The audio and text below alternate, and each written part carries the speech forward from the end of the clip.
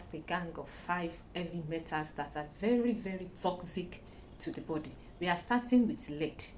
Lead is a type of heavy metal when ingested into the body, or when it comes in contact with the body through any form. It could be injection or any means. When it gets into our body, it does serious harm to our body. In fact, no good. It does serious harm into our body. How does it enter into the body?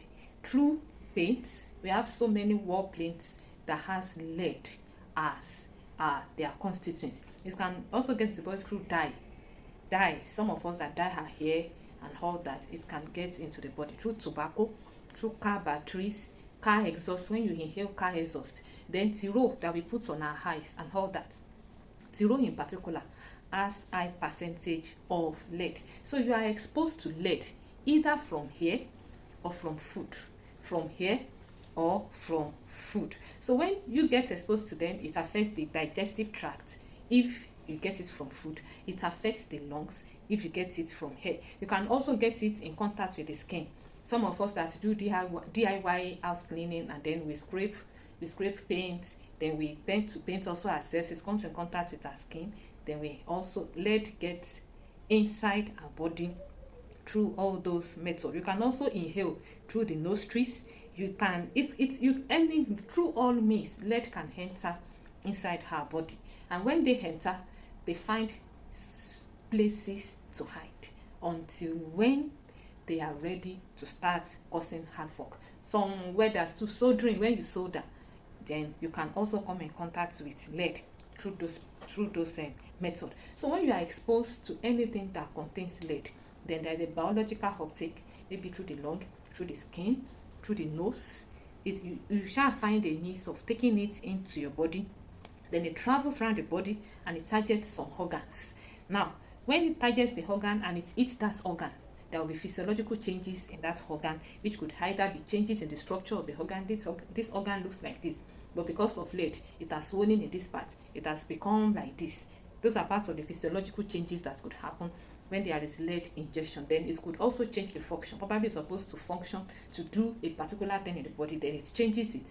It's either it's not doing it, it's overdoing it, or it's underdoing it. So when you get lead through the skin, that means you have contactants. Skin, through injection, injectants. Through the mouth, ingestants. Through the nose, inhalants. Through the skin, contactants. Through injections, you have injectants. Through the mouth, you have ingestants.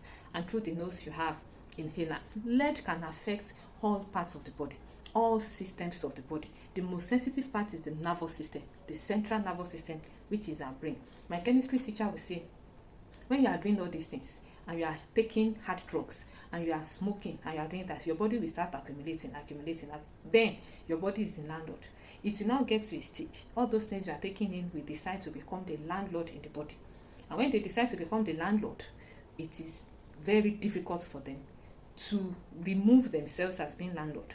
Very, very, very difficult. They change everything to suit themselves as the landlord in the body. When they are still occupying as tenants, it's better we chase them away before they become landlord. Like I said, the most sensitive part is the central nervous system. When the brain is affected, tell me, where else is not affected? The brain coordinates all parts of the body.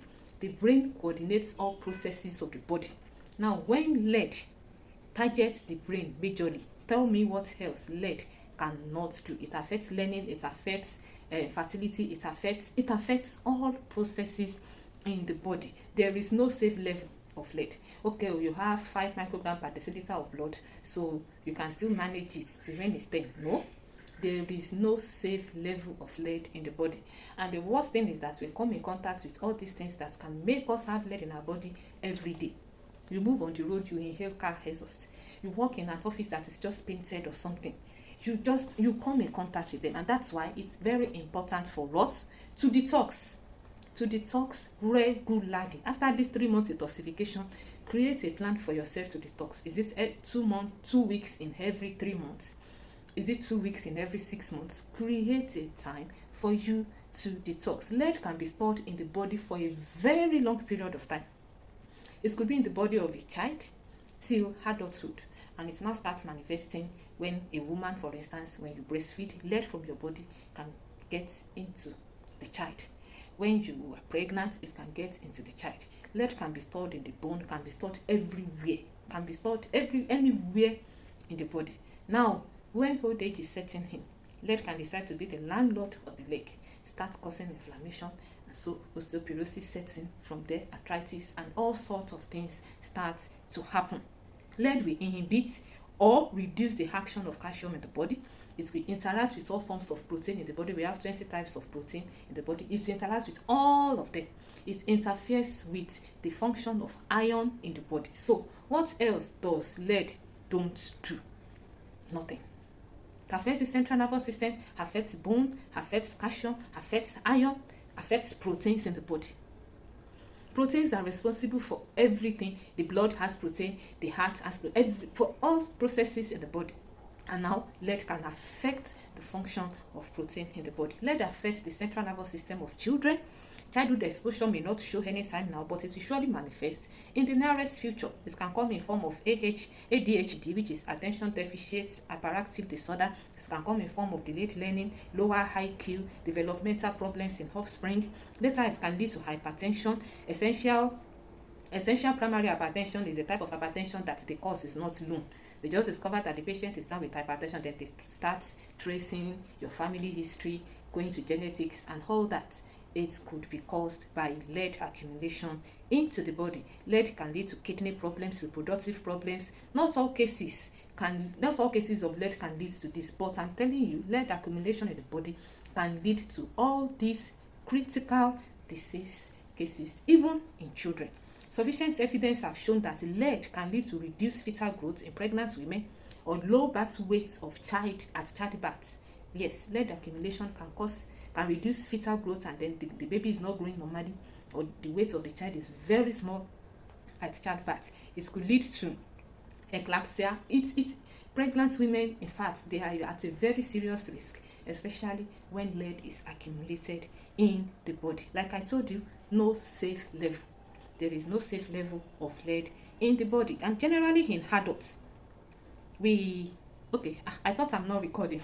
Generally in adults, we have persistence of ADHD into adulthood, and the guy or the person cannot coordinate himself.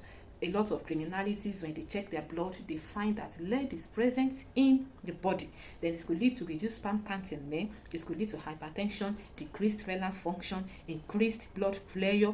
It inhibits calcium, inhibits zinc, inhibits iron absorption, everything, proper brain function. It affects all those things. Now, when there are, I was saying when there can be physiological changes when lead comes in contact with any organ in the body. So it moves. When this happens, then there is dysfunction of the organ. The organ starts malfunctioning. Then you start seeing symptoms of diseases. You start seeing symptoms. Today is headache, tomorrow is body temperature. I have to go to the hospital. I've taken all drugs. It's not going.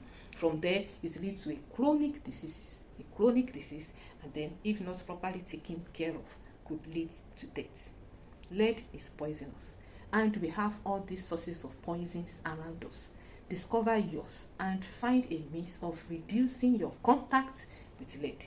Women on this group, you are not doing your child any good when you expose them to lead. Those of us that put tiro on the face of babies, stop it. Those of us that want to put tribal mark on the faces of our children, then we now start putting all those blackish things there. When they are even still very small, we are causing more damage to the life of that child than good. You are not doing your children any good by making them to come in contact with lead. It can stay in the body for a very long period of time, but when it eventually becomes the landlord, the story is not the same. So please, work on lead.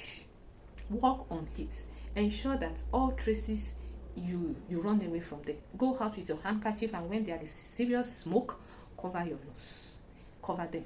Pesticides, all these things, traces of black things, except for dyes and paints that contains them naturally, please run away from them. And then there are some you cannot run away from totally. Either we like it or not, traces of them will get into our body. I want to be sure that majority of us have stopped processed food. That's why I didn't even talk to that aspect at all. I'm talking about the aspects that we don't know or may not be able to control. Then ensure that you detox at least 2 times in a year. Serious detox. We are still going to higher forms of detoxification. We have just started with all these ones that I know are easier for us to jump in. Welcome to October. Welcome to the second month of this detoxification process. Please follow through. We have a lot to cover. So before the week runs out, we are going to take another gang of 5 that are very poisonous in the body. Let me see your comments. Did you gain anything? Go and fill your journals. Thank you and have a wonderful day.